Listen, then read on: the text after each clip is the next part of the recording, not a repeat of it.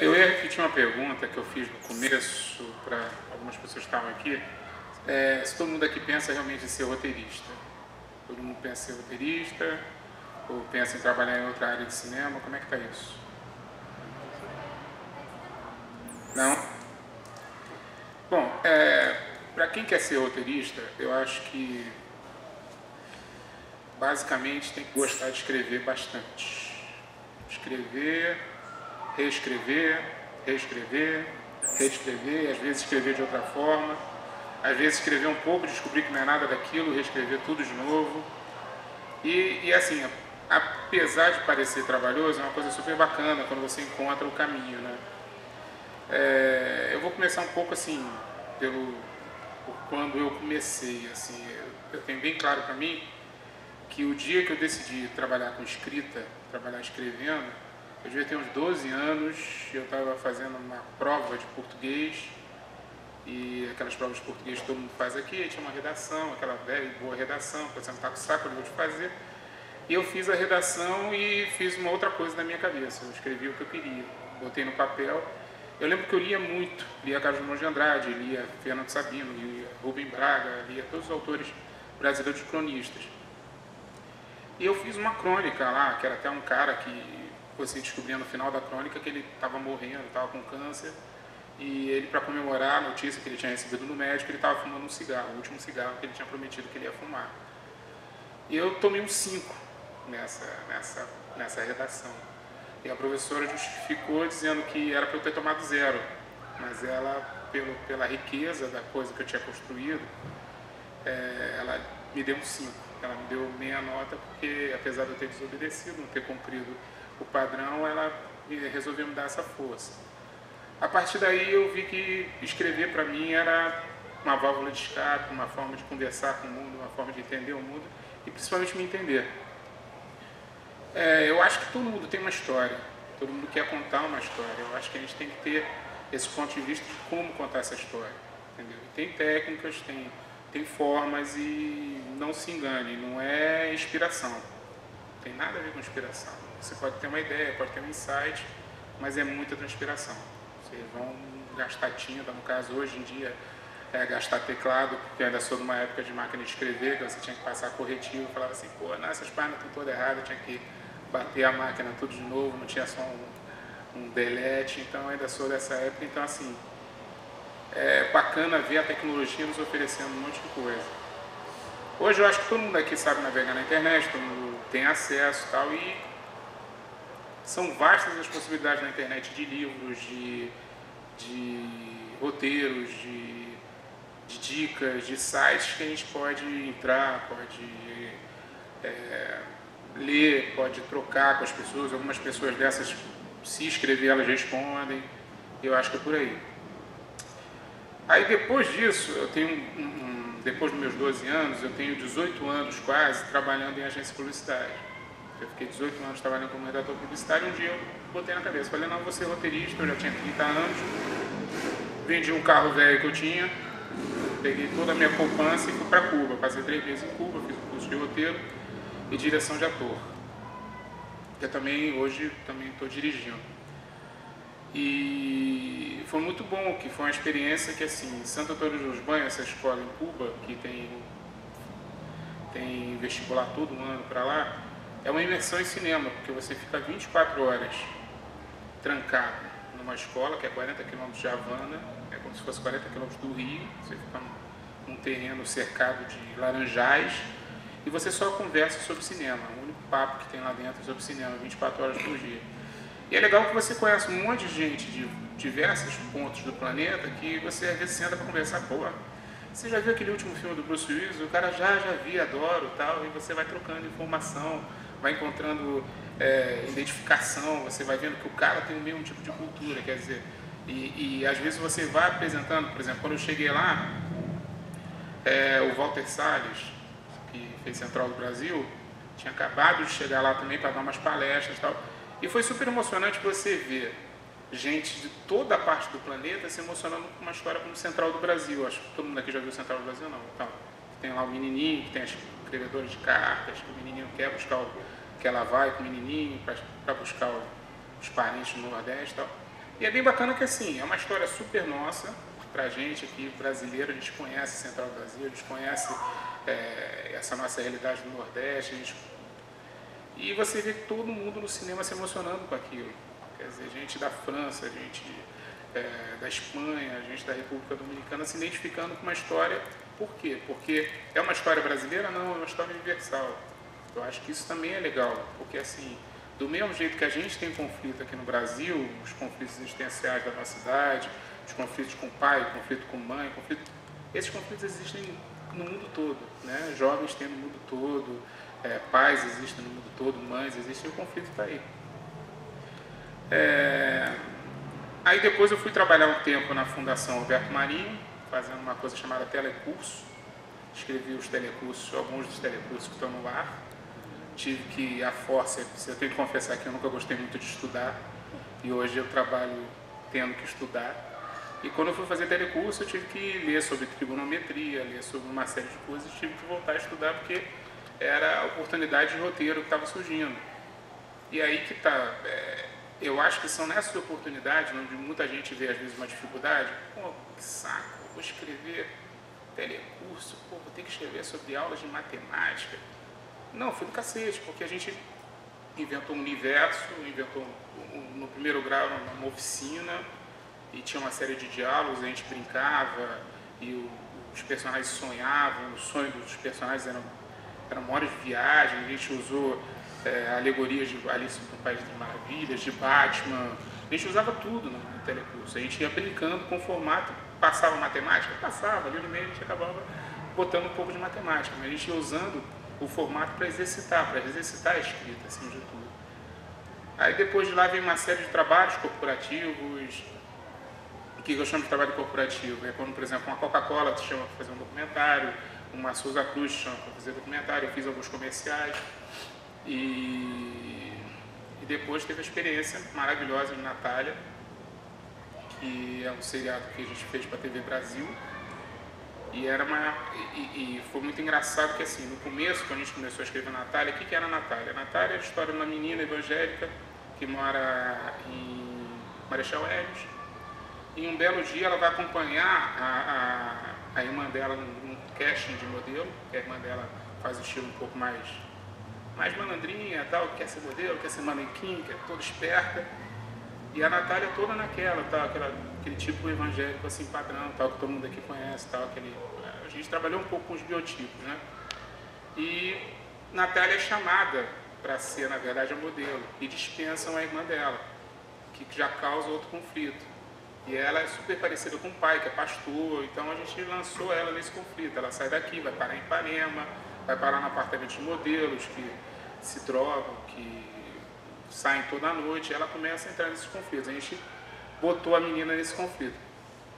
E o mais engraçado, o maior desafio de Natália, quando a gente estava escrevendo, foi descobrir sobre o que era a Natália.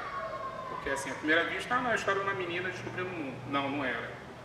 A gente demorou a beça, a gente não conseguia escrever os roteiros, a gente empacava algumas cenas, que eram 13 episódios. Então, vocês que tiveram a experiência de um curto agora, você sabe que tem o arco do personagem, tem aquela coisa toda que você tem que contar uma história. Quando você faz um seriado desse, você tem 13 episódios para definir esse arco. Então, cada episódio você dá um passozinho desse arco. Quer dizer, o personagem se transforma um pouco, tem um desafio, tem uma mudança nele. Então, é como se você escrevesse um curta de 13 horas, né? Porque cada episódio tem 1 hora. E quando a gente descobriu que Natália, na verdade, era uma história sobre uma menina e que se parecia mais com seu pai do que ela gostaria de se parecer, que ela depois no final quando está chegando no 12º, 13º episódio, que ela descobre que ela se parece com o pai dela, que tem toda aquela caretice do pai dela, tem toda aquela coisa, ela carrega nela, ela não sabe disso, mas ela descobre. Foi aí que a gente conseguiu escrever tudo. Aí saiu fácil pra cacete. E depois o Musas, que foi pro Canal Brasil, foi uma outra experiência, que essa é uma experiência mais documental, que é uma coisa que eu gosto bastante, que é você pegar personagens, entre aspas, de carne e osso e descobrir um pouco da vida deles, né? Eu acho que até algumas dessas musas que eu gravei vocês nunca ouviram falar, que eram musas do cinema dos anos 70, dos anos algumas dos anos 60, algumas outras até dos anos 80. Não sei se alguém aqui já ouviu falar da Regininha Poltergeist, que dançava com um cara que cantava Loraça Beelzebub, Loraça Satanás, Calcinha Exocete. Não sei se tu lembra disso. Não? Eu lembro. Então, tá, a Só Regininha... Só nós três. Exatamente. Então a Regininha... E foi um cara, o Fausto Fawcett foi um cara que fez muito sucesso. Vocês acham que Michel Teló tocou muito? O Fausto Fawcett tocou muito mais que ele numa época pela internet.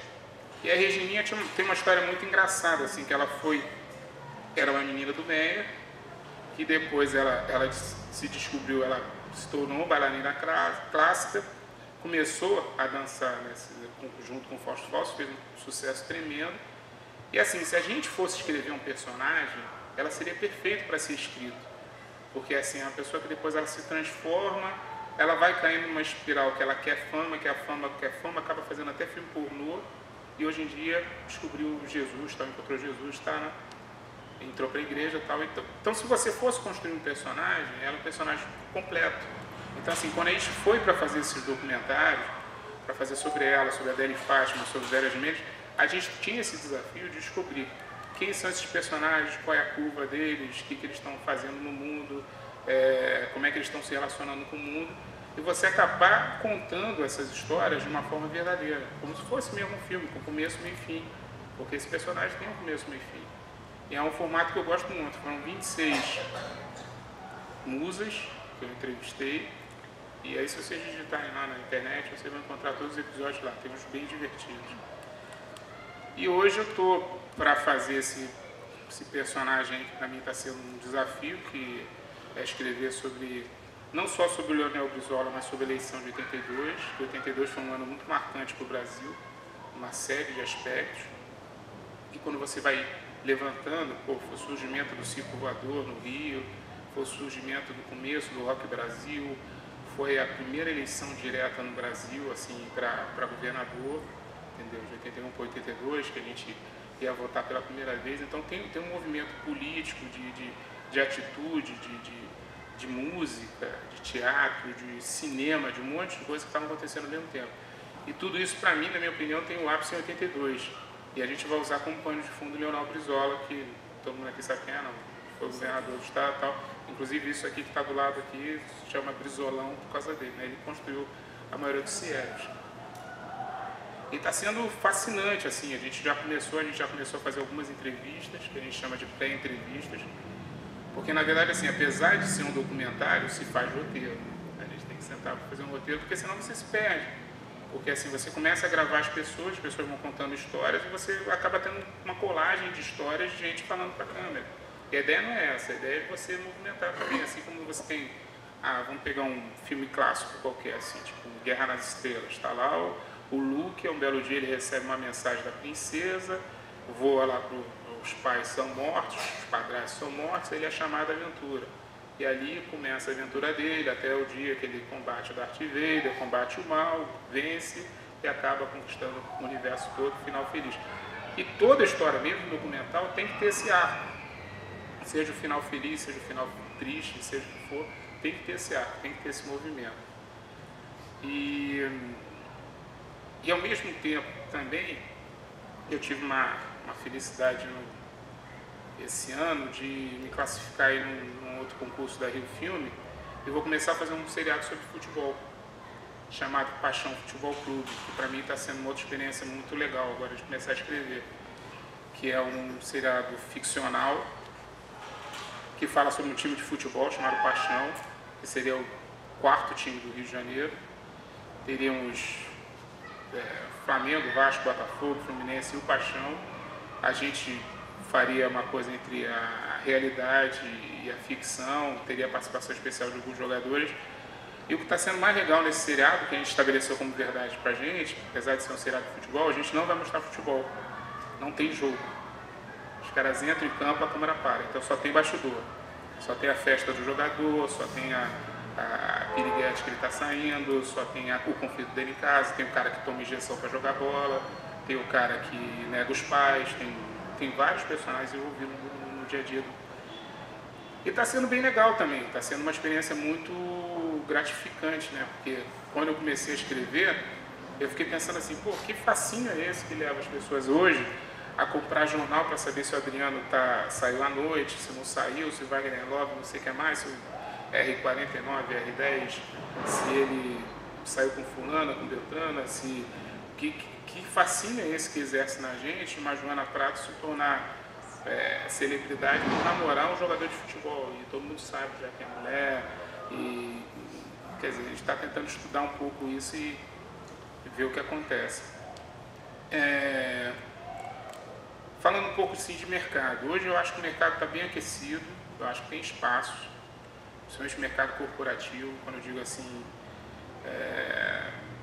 prevendo até um futuro assim, se vocês trabalharem direitinho, trabalharem bem e trabalhar bastante, tem mercado, não vou dizer que não tem, porque assim, eu vejo alguma dificuldade, principalmente nesse mercado corporativo. Agora mesmo estou fazendo uma campanha política lá em Caxias e penei para descolar roteiristas, entendeu? Principalmente gente com o perfil de vocês.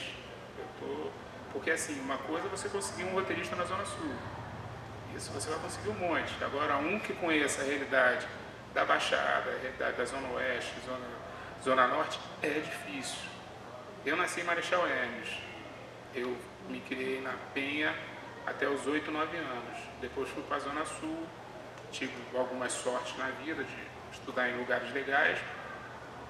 Mas depois conheci uma galera em Brasília e não saía de Brasília. Minha mãe ficava maluca comigo porque eu pegava um ônibus 8 horas da manhã para jogar bola num grupo escoteiro, em Brasília, entendeu? Eu saía de Botafogo, pegava 3 ônibus para jogar bola, chegava em casa 6 horas da tarde. Mas isso trouxe para mim uma bagagem. Quando eu fui escrever Natália, que eu sentei e tinham 5 roteiristas, eu era um dos 5. 2 moravam no Leblon, 2 moravam em Ipanema. E eu, que moro em Botafogo. Mas assim, o pessoal sentou comigo e falou assim, não, porque Natália mora em Marechal Hermes. Você conhece Marechal Hermes? Aí eu com orgulho. Eu nasci em Marechal Hermes. Aí o pessoal, tudo bem com uma certa falácia, porque eu nasci em Marechal Hermes e fui para Brasília, tudo bem. Mas de qualquer jeito o pessoal olhou assim e falou assim, não, esse cara entende, esse cara é o que a gente precisa.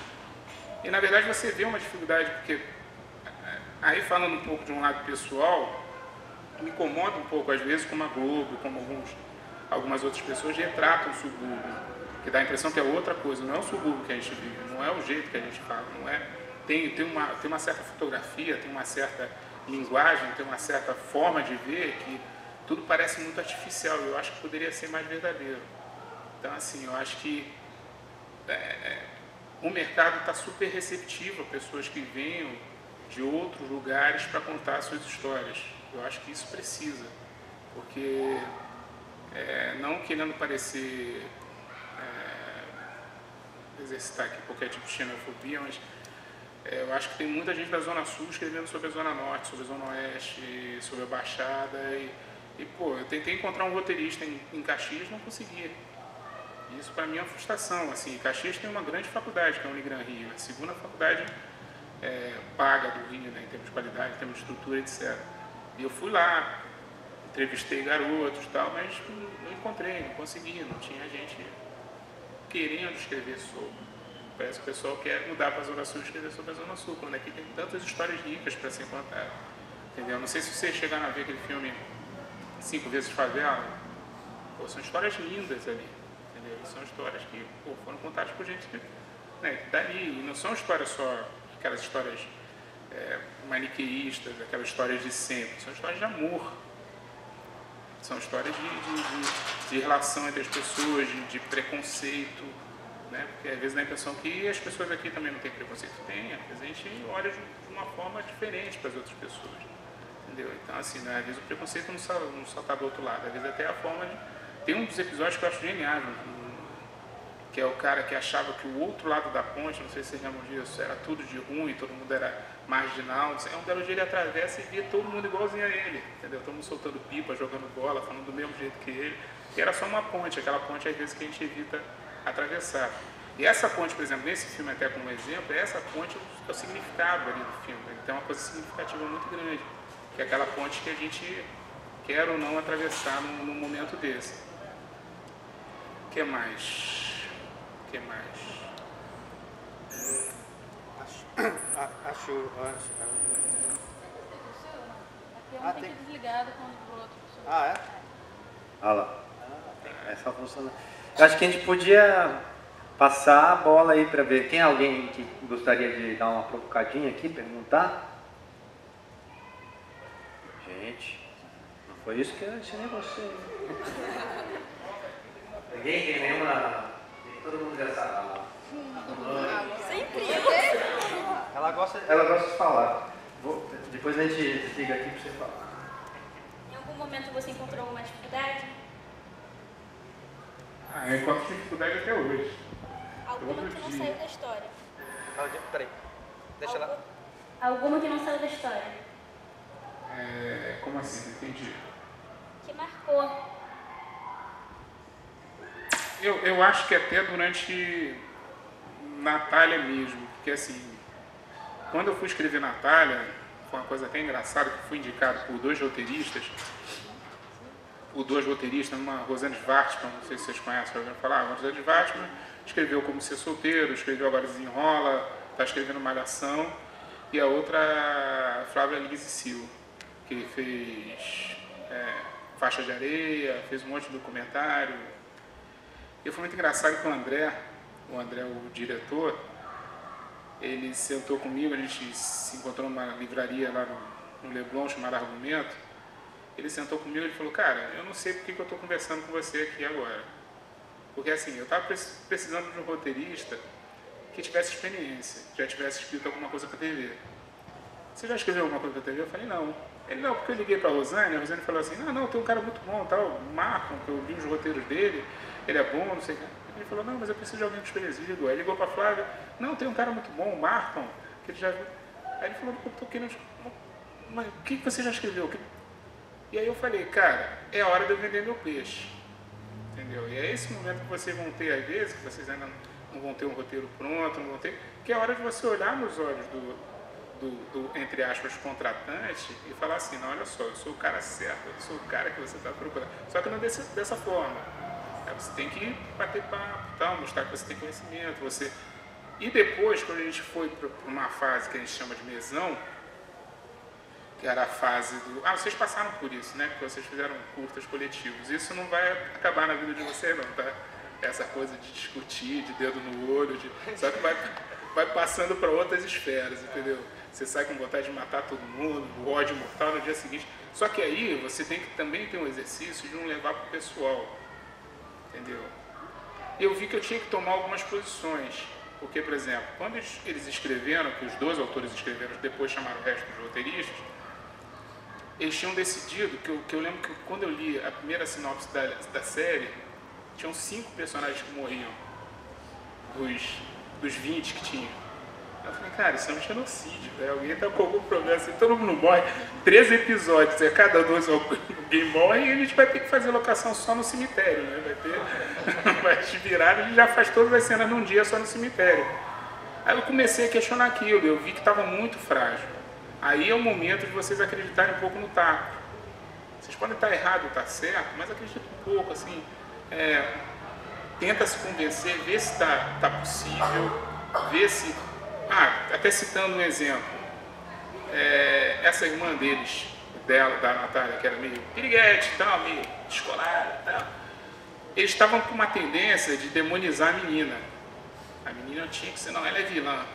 Eu falei, não, cara, ela não é vilã, é uma menina que quer fazer sexo, é uma menina que quer curtir a vida do jeito dela. E aí? Pronto, ela é uma mulher independente, século XXI. Então, assim, tinha uma marcação de texto no quarto, no 5º episódio, que falava exatamente assim, não, ela vai fazer um aborto. Não, tem que fazer um aborto, aborto. E aquilo estava me incomodando, eu dormi um dia, e foram quase 2 meses, ao contrário de vocês aqui, foi rapidinho, foram quase 2 meses de mesão. Então, assim, 2 meses assim que às vezes você saía moído, porque 2 meses para construir 13 episódios. Então, em determinado dia no mesão, estava todo mundo lá numa discussão sobre outra coisa, sobre os personagens e tal. E eu falei, cara, ela não tem que fazer aborto, ela tem que ter esse filho. Porque esse filho vai trazer mais conflito, vai trazer a discussão da gravidez na adolescência, vai trazer uma série de discussões outras.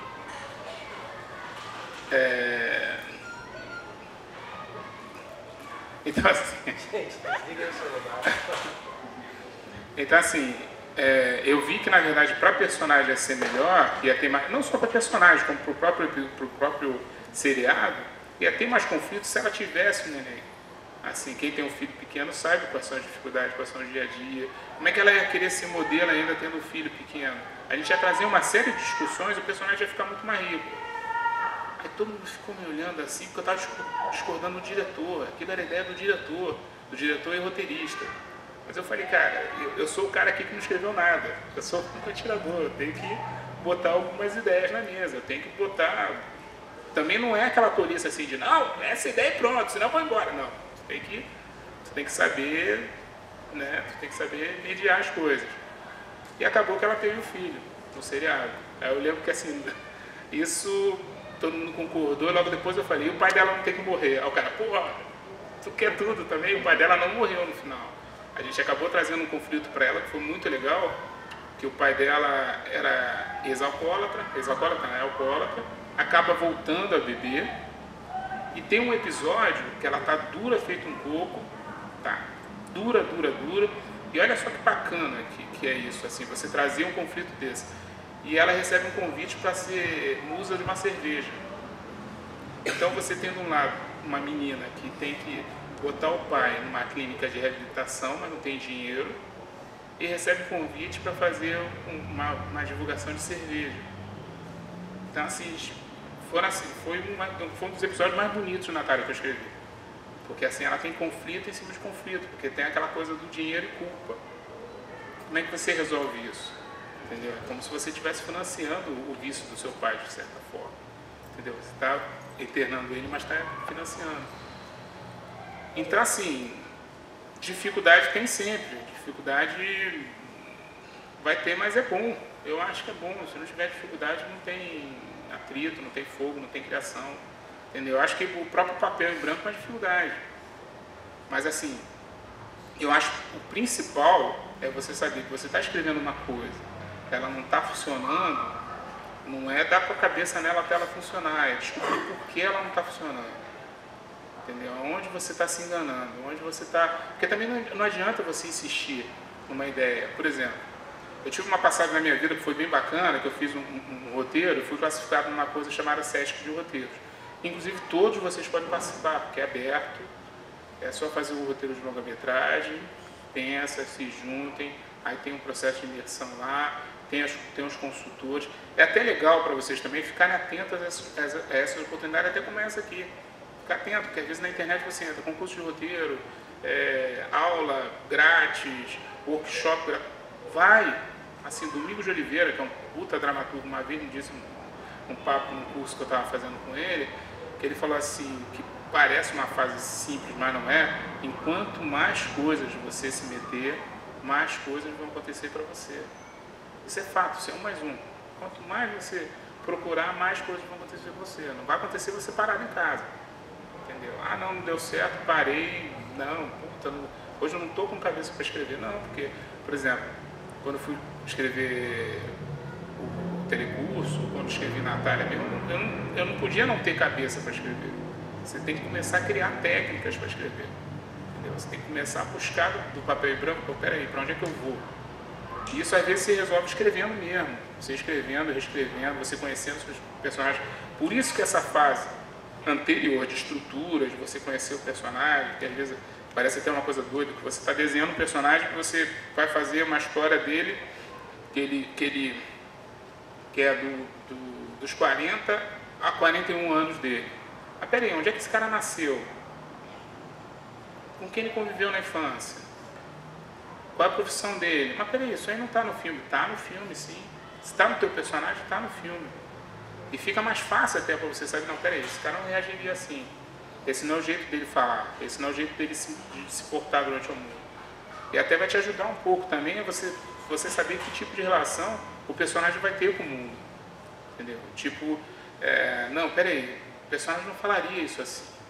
Porque a gente sente até quando vai ver um filme, que a gente às vezes se descola do filme um pouco, que a gente acha, pô, esse filme aí não me convence. É porque o personagem está frágil. Hoje eu particularmente acho que a gente tem uma indústria que invadiu muito, aí eu vou entrar em outra polêmica aqui, invadiu muito o nosso cinema, que é a indústria americana de cinema, que eu acho que deve ter, mas não deve ter com essa força tão grande, de filmes dublados na Baixada, de filmes dublados na Zona Oeste, de que você vai ou tem Máquina Mortífera 1, Velozes e Furiosos no cinema 1, 2, 3, 4, e no outro é outro filme americano no cinema 4, 5, 6, e você não tem a opção de ver outros filmes de outros países. Hoje vocês têm internet, vocês podem fazer isso. Baixem, arrisquem, entendeu? Porque eu acho que vocês vão encontrar uma linguagem muito grande. E principalmente no nosso cinema. Tem um cinema nosso aí que está forte pra cacete, com filmes maravilhosos, filmes até antigos para se pesquisar, entendeu? Filmes bacanas de você ver. Eu, quando fiz o Musa, eu tive que ver muito filme antigo, porque eu tinha que conversar com as mulheres e saber a filmografia deles. Alguns eu já tinha visto. Tive que ver filme de pornô chanchada, tive que não tem nada de porno, apesar de ter esse nome. Pornô chanchada não tem nada de porno, eram filmes de comédia, filme de situação. Eram filmes que hoje, que se passar na sessão da tarde, ninguém vai falar, isso era pornográfico em 70, que hoje a gente vê coisas muito, na novela das 8, na Gabriela, a gente vê coisas muito mais, exatamente, muito mais pesadas do que naquela época, entendeu? E é legal essa pesquisa. E é legal você conhecerem até o cinema, o que o nosso cinema já disse. Entendeu? Até para vocês, que eu considero muito assim, a partir do momento que a pessoa começou a fazer um filme, ela tem a obrigação de continuar fazendo. Entendeu? Eu acho tipo, vocês têm que continuar contando a história de vocês, da forma que vocês quiserem. Entendeu? Sozinho, em grupo, decidindo as coisas, brigando, discutindo, debatendo, porque é assim que vão surgir as coisas. Eu acho assim, eu não tive nem a oportunidade de ver ainda o filme de vocês, mas eu acho que eu já me sinto orgulhoso pra cacete, porque eu acho que vocês produziram, cara. Tem muita gente que não produz, tem muita gente que senta assim. A coisa que mais me angustia, às vezes quando eu sento assim, estou numa festa, estou num lugar, esse cara é roteirista, prazer, Marta, tudo bem? Então, você é roteirista? Sou roteirista. Legal, tal. E aí, o que tu tem feito? Não, cara, estou com mais ideias, tá? Mas tá, o que você escreveu? Não, estou com mais ideias. Pô, como assim, cara? Tu é roteirista? Não precisa ter feito, precisa ter escrito. Porque senão você nunca enfrentou uma coisa assim, não, estou com ideia com os filmes, não, põe no papel, põe para fora, entendeu? Coloca, escreve, e assim, e não tenha medo também de mostrar, eu acho que tem que passar adiante. Queria, no começo você comentou que tem vários sites, vários livros, se você lembrar de algum, pedir para você deixa aqui, deixa é Leonardo, mas tudo bem, deixar aqui a dica. E a outra coisa, você falou assim da estrutura, se você puder falar um pouquinho mais do jeito como você trabalha, qual é a técnica que você utiliza, por exemplo, para construir um mini documentário, por exemplo, ou então para construir Aqui a gente está falando de curta-metragem, então se você puder trazer para esse universo, porque é onde a gente teve a experiência, para poder entender um pouquinho mais como você trabalha. Em termos de sites, tem um site que eu acho bem bacana, que é do Hugo Mois, que eu tive a oportunidade até de fazer um curso com ele, que é um site de formatação de roteiro, que eu acho que isso é fundamental. Além de você escrever o roteiro, você tem que saber formatá-lo. E ele dá uma série de técnicas, se eu não me engano é www.films.com.br. E ali ele tem um livrinho, um guia de como formatar o roteiro. E tem dicas bem bacanas, tipo, porque, por exemplo, você botou lá em cima, né? Interior, casa de fulano, dia. Então você não precisa falar assim, na casa estava. Não, você descreve logo o local, porque você já botou lá em cima aqui. Porque assim, o roteiro, ao contrário de um romance, de uma crônica, ele é uma peça técnica. Então assim, nem sempre o cara que vai ler está interessado no romance, no drama. Às vezes você vai ter um assistente de direção lendo, você vai ter um fotógrafo, um diretor de fotografia lendo, você vai ter um figurinista, até para eles entenderem. Então tem um código, digamos assim, tem um jeito de se passar esse roteiro adiante. Tem, se eu não me engano, no site Ah, sim, tem o roteirosdecinema.com.br, que tem um monte de roteiro de cinema. Tem um monte de roteiro de cinema. Tá tudo lá penduradinho, tá tudo em PDF, só abrir e ler. Tem inclusive uma coisa que é muito interessante. Foi um cara muito que me ensinou muito assim num espaço de 2, 3 horas. Me confirmou uma série de coisas, que foi o Braulio Montalbán, que quando eu fui pro SESC de roteiro ele estava lá também. E ele contando nesse site, quer dizer, são 2 histórias. Nesse site tem o primeiro tratamento de Cidade de Deus. Ele também foi com o SESC de roteiro e depois tiveram 12 tratamentos até o tratamento final, que foi ao ar, né, que foi filmado Cidade de Deus. Então é um exercício bem interessante também, vocês verem o primeiro tratamento do roteiro e ver depois o último tratamento, como vocês veem que as mudanças, as opções que ele fez, as escolhas que ele tem que fazer, né? Porque quando você está, um exemplo meu, eu nesse roteiro que eu fui classificado no SESC, é um roteiro, que eu estava até comentando agora, que é um roteiro que eu achava que era sobre uma coisa, depois descobri que era sobre pai e filho. E eu tinha uma cena de abertura, que foi a primeira cena que eu pensei. Falei assim, pô, que cena maravilhosa. Tive uma ideia, puta, eu sou um puta roteirista, eu sou genial. E escrevi lá a cena, que era uma cena no supermercado vazio, um choro de criança, e a câmera ia tipo Steadicam, procurando essa criança pelos corredores, não encontrava. E o choro só ia aumentando, aquela coisa assim bem angustiante. Quem tem filho sabe como é que é angustiante perder numa loja americana, quem já se perdeu aqui, eu não sei se alguém já teve essa experiência quando era criança, se perder numa loja americana e tal, e ficar, caraca, acabou minha vida, minha mãe nunca mais vai me achar, entendeu? E eu queria passar essa sensação para as pessoas, porque a pessoa tem essa sensação de pai ou essa sensação de filho. Eu achava essa cena genial e repeti essa cena durante um longo umas 5 vezes e tal. E eu foram 8 consultorias.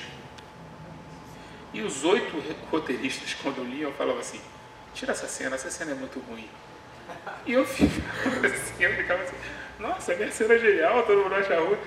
Aí e a presidente, que eles chamam lá, a coordenadora dos roteiristas, era a Carolina Couto, que escreveu Dois Filhos Francisco. E um dia no café da manhã, tal, eu estava lá assim na minha, ela sentou do meu lado, falou, a gente começou a conversar amenidades, ela falou assim, que cara é essa? Você está sempre tão animado. E eu esqueci que ela tinha lido todos os roteiros, mas ela não ia nem ser minha consultora. E aí eu comendo com ela falei assim, cara, eu tenho uma cena no começo do meu filme que eu acho tão boa e 4 consultores, 5 consultores que já detonaram. Aí ela comendo um pãozinho, ela olhou pra mim, a cena do supermercado, né? Tira ela que é muito ruim. Quer dizer, eu falei, pô, a cena realmente é ruim, entendeu? Não tinha como, eu achava genial, mas a cena é ruim. Não, quer dizer, nem que seja ruim, não tinha nada a ver com o resto do filme. Então você dava uma pista pro seu espectador completamente falsa e depois voltava com o filme e o cara ficava meio perdido. Falava assim, ué, o filme não é sobre isso não? Então não tinha nada a ver com o filme, não estava organicamente ligado ao filme, por mais genial. E isso acontece muito, às vezes a primeira ideia que você tem como cena do filme, não, tá aí, meu filme é sobre isso. E não é, seu filme é sobre outra coisa. O filme, quer dizer, ainda assim, eu sou um cara que acredita muito também na força das coisas. E às vezes quando a gente lança um filme, principalmente quando você trabalha em equipe, você às vezes escreve um filme, você passa para o diretor de fotografia que vê outro filme, você passa para o cenógrafo que vê outro filme. E o grande barato, assim, eu como diretor, o que eu tento fazer é agregar todas essas informações. Eu vou recebendo, eu não sou refratário a isso, você não pode ser refratário a isso.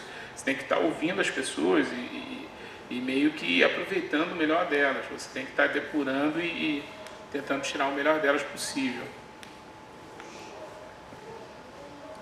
Vou passar aqui para o Smith, depois falar da estrutura. Vou passar aqui para o Smith que ele pediu a palavra. Boa noite, primeiramente. Eu gostaria assim, de perguntar ao senhor. Caraca, me arrasa. O senhor sempre me arrasa.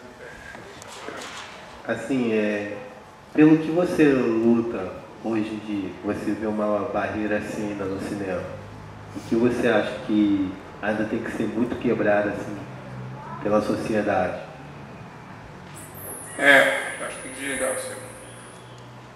Assim, eu não ia entrar muito nessa seara, não, mas eu vou voltar a essa seara, porque às vezes eu fico meio resmungando com essa seara, mas eu acho que hoje aqui é essa um pouco essa falta de democracia em termos de espaço para o nosso cinema. Eu acho que a gente está sendo muito massacrado, a gente está com um monte de cinemarques, um monte de CAs passando a mesma coisa, cinema pipoca, as pessoas não estão mais sabendo ir ao cinema, não estão encarando como... Entendeu? Assim, você, não, vou ver um filme, você é obrigado, por exemplo, se você for na Baixada, na Zona Oeste, você é obrigado a vê-lo dublado, você é obrigado a ver alguns filmes que as pessoas querem que você veja. Aí, foi engraçado que, há 2 anos atrás, eu fui com um laboratório de roteiro na Bolívia. E lá depois teve uma discussão lá, que tinha uns cineastas espanhóis e tal, e eu comecei a lamentar. Você viu a lamúria que eu estou fazendo aqui agora? Você viu a lamentação? Aí uma cineasta espanhola falou assim, não fica assim não, é a mesma coisa na Espanha. Quer dizer, eles estão dominando mesmo, porque ao contrário da gente, a gente encara o cinema culturalmente. O americano não, o americano é indústria, é grana, é business. E não me incomoda o cinema americano não, eu cresci vendo o cinema americano. Eu cresci vendo Sessão da Tarde, Jerry Lee, Os Três Patetas, adoro. Eu adoro Batman, cara. Eu fui ver Batman antes, esperei as salas ficarem vazias, esperei quase um mês angustiado, meu Deus do céu, eu não vi Batman, eu tava sofrendo, mas porque eu queria uma sala vazia, queria só eu e o Batman ali, os dois à vontade, para ter aquele momento só nosso, entendeu? E consegui, comprei um pipocão, fui eu com meu filho, tá? A gente viu o Batman, tranquilo, adorei. Só que eu acho que assim, o cinema americano hoje, porque assim, falando um pouco da estrutura, o cinema clássico, que eu gosto, particularmente até o cinema americano mais antigo, é um cinema em 3 atos, né? Você tem os 3 atos, você tem o que eu chamo de convite à aventura, chamada aventura, você tem o primeiro problema e depois você tem o segundo problema junto com a resolução. O cinema americano hoje me incomoda um pouco porque você tem um primeiro ato, um segundo ato, e no terceiro ato você tem um tiroteio que só termina no final do filme. É bala pra tudo quanto é lado, ninguém resolvendo tudo no tiro, não tem uma troca de oi, tudo bem? Não, só bang, bang, bang, bang, bang, bang, tiro, tiro, tiro. E eu acho que a gente está um pouquinho mais... A gente pode ser um pouquinho mais inteligente que isso. Entendeu? A gente pode ser um pouco mais sutil que isso. E a gente tem que tentar fazer isso, lançar esse desafio. Não que não possa ter tiro, não que não possa ter... Sabe, eu me divirto vendo Kill Bill, entendeu? Tem sangue para tudo quanto é lado, mas eu acho que tinha que ter espaço para outras coisas também. Não só isso, entendeu? Não só Velozes e Furiosos. Eu acho que tinha que ter um espaço para outros tipos de estrutura. Por exemplo, tem um filme chamado agora Os Intocáveis, não sei se vocês já viram, francês, que é se vocês puderem até se organizar, todo mundo pegar um busão e ir lá no centro da cidade ver. O filme é belíssimo, que é a história de um cara, de um negro, de um branco, que o cara tem paraplégico e o cara não acredita muito, o cara tem uma cena engraçadíssima do cara furando a perna do outro, até o cara acorda assim, o cara não está sentindo nada daqui para baixo. E o cara não se convence, ele começa a aplicar, é um cara completamente fora de padrão em termos de terapia. E ele começa a fazer as coisas que ele acha que tem que fazer com o cara. Coisas do coração dele, entendeu? Coisas completamente doidas. E acabam criando um laço de amizade assim completamente provável. Quer dizer, cabe isso também. É um filme que você vê, fica super apaixonado pelo filme, fica super apaixonado pelo coisa, e não tem um tiro. Você, de repente, fica até esperando assim, não vai ter um tiro aí no final, não. Mas de repente sou eu, não sei se o grande público está querendo isso, não sei. Assim, na verdade, assim, o que eu acho que tem que mudar é que a gente tem essa obrigação de mudar. Eu me ponho aqui junto com os jovens, entendeu? Eu acho que a gente tem essa obrigação de mudar, de trazer um pouco da nossa linguagem e tentar resgatar uma linguagem do cinema que havia antigamente, entendeu? De repente eu estou sendo chato, não sei, mas é uma coisa que é um cinema antigo, por exemplo, se você pega o cinema dos Estados Unidos 50, 60, aí você vai falar assim, puta, é que nem outro dia eu estava vendo uma menina escolhendo filme na loja americana, eu estava junto com ela e tal, e ela puxou, foi o que, cara? Foi Cidadão Kane, de dentro do negócio. Cidadão Kane é um clássico que inclusive estabeleceu uma série de coisas no cinema, uma série de linguagem de cinema, de montagem, que a gente usa até hoje. Assim, uma mais simples, sabe quando o jornalzinho vem rodando, e quer dizer, coisas assim, eles estabeleceram, coisas... E a menina olhou e falou assim, não, o filme preto e branco é velho, não E não é isso, é a história, é o que está sendo dito. Até porque assim, eu particularmente acho que todas as histórias já foram contadas. A gente só tem que recontá-las de uma forma mais à nossa vista, entendeu?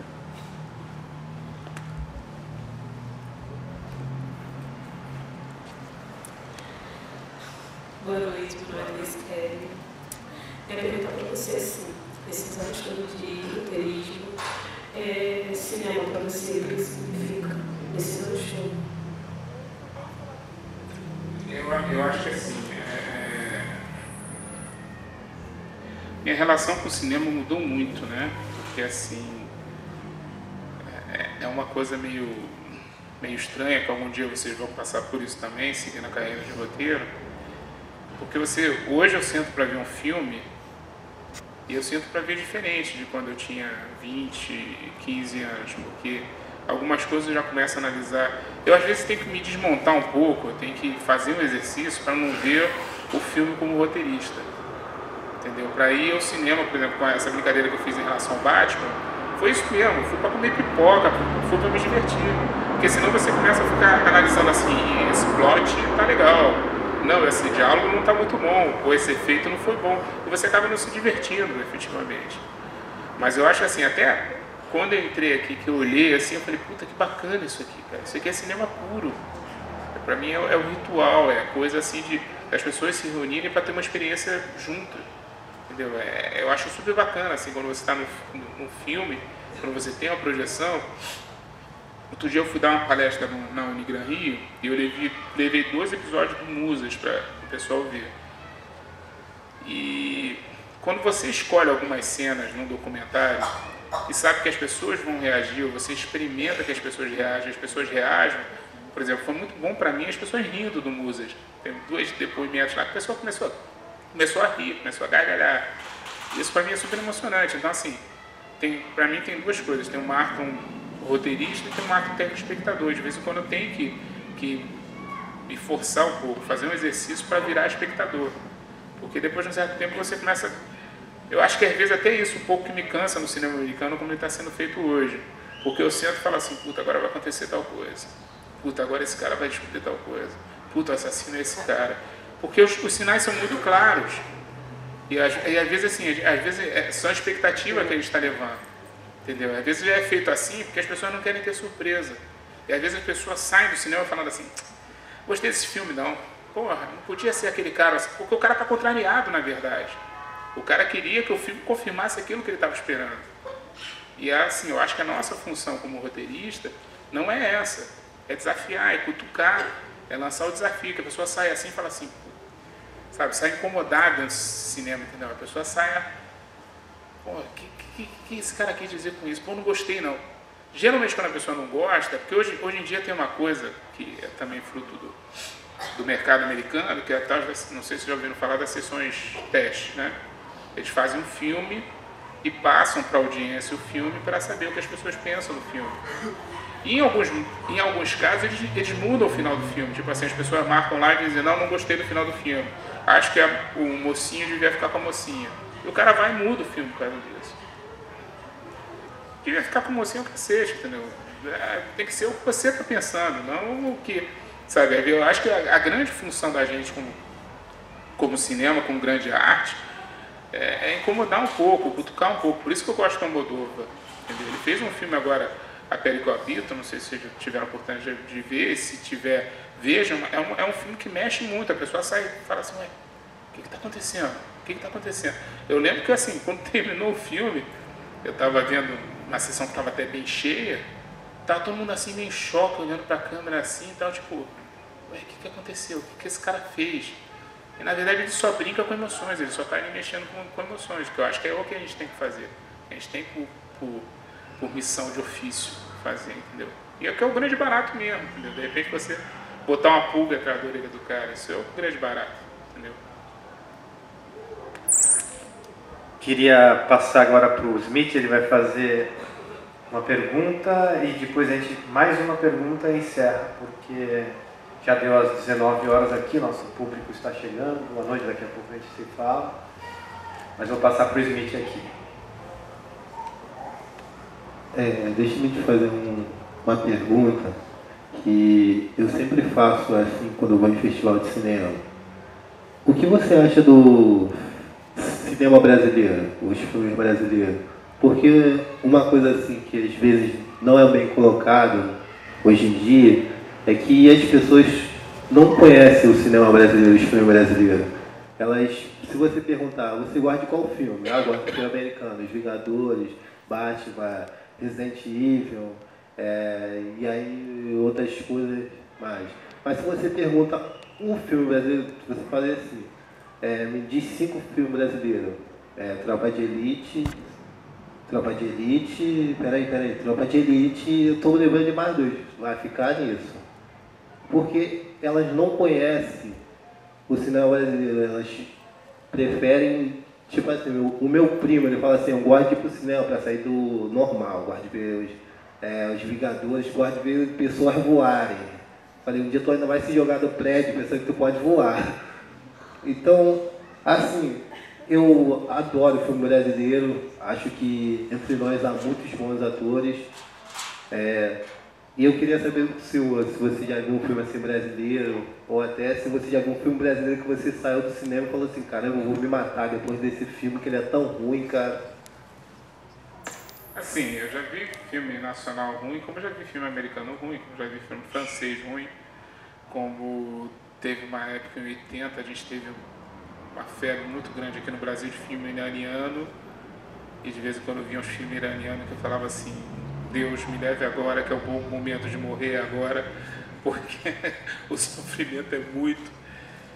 Mas eu acho que assim, cara, eu vou voltar ao assunto anterior. Eu acho que as pessoas não conhecem o cinema nacional porque a gente não está com sala passando cinema nacional. Entendeu? Eu moro numa rua que tem 1, 2, 3, 4, 5, 6, virou a esquina tem 7, 8, 9, 10, 11, 12, 13. Assim, na esquina da minha rua, ali em Botafogo, até o coisa, tem 14 salas de cinema. Tudo concentrado na Zona Sul. E passam filmes de França, Inglaterra. Eu tenho acesso a isso, mas muita gente não tem. Então, assim, você não pode também recriminar o cara, porque, assim, o filme que chega a ele nacional é um filme feito para competir com o cinema americano. Se bem que, assim, outro dia eu fui ver o tal do E aí Comeu, eu achei até bacana, não achei ruim. Tem uns pontinhos ali que eu não concordo muito, faria diferente, mas achei bacana. Os 5 vezes Favela mesmo que eu citei, eu achei lindo o filme, achei lindo mesmo. Tem um episódio só que eu não gosto, mas o resto eu achei muito bacana mesmo. Aqui a gente tem alguns que eu acho muito bacanas ali, ó, Quixote, o Marvada, que eu vi há um tempão, Cidade de Deus, são filmes que eu acho bem bacana. Mas assim, o que acontece de fato é que esse símbolo... Tem filme assim, às vezes eu estou no Facebook, eu recebo mensagem de amigos meus dizendo assim, pô, vamos passar esse filme adiante, porque se ficar mais de 2 semanas ele vai para a terceira. E são filmes que não vêm para a Zona Norte, não vêm para a Zona Oeste, não saem daquele circuito. Então o que não existe, na verdade, também é o acesso a essa informação. Eu não posso nem culpar teu primo, que de repente ele chega lá, tá lá, Tropa de Elite, Velozes e Furiosos, Procurando Nemo, DDD. E aí o cara vai ver o quê? O cara vai ver Velozes e Furiosos de novo, entendeu? Vai ver o Vin Diesel, vai ver tiro pra tudo quanto é lado. Porque ele tá assim, assim, tem uns filmes que eu não desgosto, assim. Eu não vou dizer pra você que eu decidi fazer cinema, comecei a gostar de cinema, vendo o filme nacional, não foi? Eu fui ver Guerra das Estrelas e falei, cara, eu quero ser isso aí quando crescer, eu quero fazer parte disso. Entendeu? Eu fui ver Indiana Jones, quando eu vi o Indiana Jones a primeira vez, o Caçador da Arca Perdida, que hoje em dia não tem mais isso. Eu vi 3 sessões seguidas. Você sentava no cinema, você podia ficar dentro do cinema. Hoje não, o cara chega lá, lá. Entendeu? Antigamente não, você sentava e ficava. Eu vi 3 sessões seguidas. Fiquei 6 horas dentro do cinema. Minha mãe pensou que eu tivesse morrido. Eu tinha uns 13, 14 anos.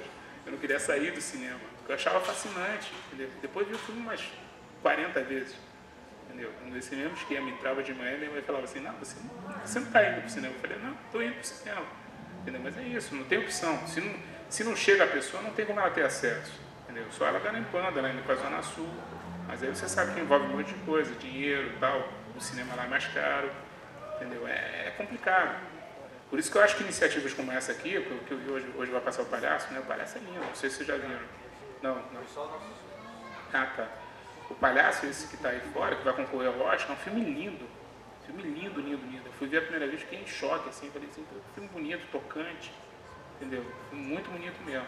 Tem filme nacional chato? Tem. Eu prefiro não citar, entendeu? Mas tem alguns sim. Você fala assim, meu Deus do céu, o que eu vim fazer aqui? Porque eu não estou vendo Vin Diesel, entendeu? Porque eu não escolhi Velozes e Furiosos, entendeu? Mas eu acho que é por aí. Se não tiver acesso, não tem como o cara ver.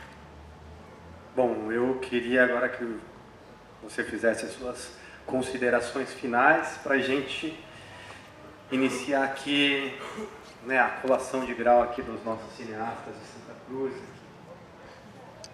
Eu desejo muita sorte para vocês, assim, o que eu repito, que é uma tarefa de escrever, reescrever. Quem não for ser roteirista, for optar por outra coisa, não deixe de fazer cinema, que é muito bom, é gratificante. Às vezes dá dinheiro, às vezes não dá, na maioria das vezes não dá dinheiro. Mas, assim, eu, por exemplo, não saberia fazer outra coisa na minha vida. Eu não poderia escolher outra profissão, entendeu? E é isso, eu acho que basicamente é isso. Sorte para todo mundo e é isso.